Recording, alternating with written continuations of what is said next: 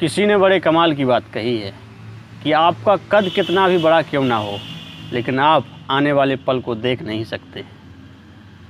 दोस्तों, एक बहुत ही प्यारी कहानी है, मैं उस कहानी को आपको सुनाना चाहता हूँ। एक बार भगवान विष्णु अपनी सवारी पर, जो उनकी सवारी है गरुड़ जी, उस पर सवार होकर के शंकर जी से मिलने कैलाश पर्वत की ओर जाते हैं। वहाँ उनकी कोई मीटिंग होनी थी, तो उस मीटिंग में वो जाते हैं शंकर जी के पास। तो कैलाश पर्वत पर पहुंचने के बाद वो अंदर चले जाते हैं और जो गरुड़ जी होते हैं वो बाहर ही रह जाते हैं, वो बाहर ही रुक जाते हैं।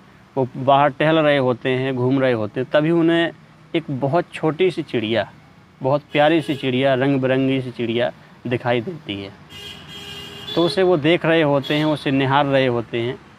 तभी वहाँ पर यमराज जी भी आ जाते हैं। तो गरुड़ जी सबसे पहले उन्हें प्रणाम करते हैं और यमराज जी उन्हें आशीर्वाद देते हैं। इसके बाद यमराज जी उस चिड़िया को बड़े आश्चर्य से निहारने लगते हैं, बहुत गौर से देखने लगते हैं। देखने के बाद वो भी अंदर कैलाश पर्वत के अंदर चले जाते हैं उस मीटिंग में। तो इसके बाद जब वो अंदर चले जाते हैं तो गरुड़ जी सोचते हैं कि यमराज जी आखिरकार इस चिड़िया को इतने गौर से, इतने आश्चर्य से क्यों देख रहे थे, क्या वजह हो सकती है। उन्हें लगा कहीं इसका समय तो नहीं आ गया है। तो वो क्या करते हैं कि उस चिड़िया को अपने पंजों में दबा करके, उन्हें लगता है कि मुझे इस चिड़िया को बचाना चाहिए, मुझे इसकी सुरक्षा करनी चाहिए।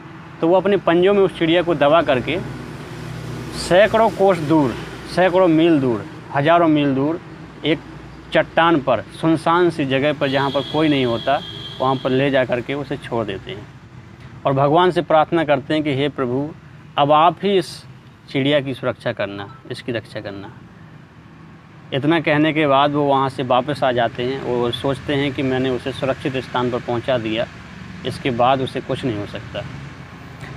तो जब मीटिंग समाप्त हो जाती है तो यमराज जी वापस बाहर की ओर आते हैं। तो गरुड़ जी उनसे पूछते हैं कि यमराज जी ये बताइए, आप जो है उस चिड़िया को, जो यहाँ पर छोटी सी चिड़िया बैठी थी रंग बिरंगी, उस चिड़िया को इतने आश्चर्य से क्यों निहार रहे थे।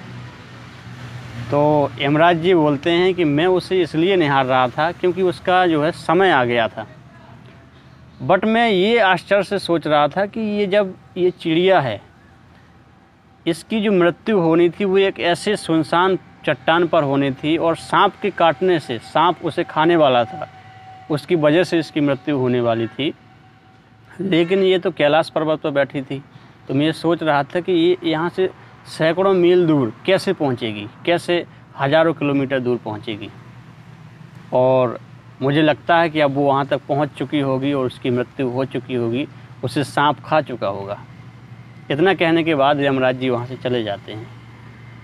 तो जो गरुड़ जी होते हैं वो अपने मन ही मन में पछताने लगते हैं। वो सोचते हैं कि मैंने कितना बड़ा पाप कर दिया, मुझसे कितनी बड़ी भूल हो गई कि मैं खुद ही अपने पंजों में दबा करके उस चिड़िया को उस चट्टान तक छोड़ कर आया, जहाँ अब तक वो सांप ने उसे को खा भी लिया होगा। दोस्तों, ये कहानी ये हमें बताती है कि अगले पल को किसी ने नहीं देखा है।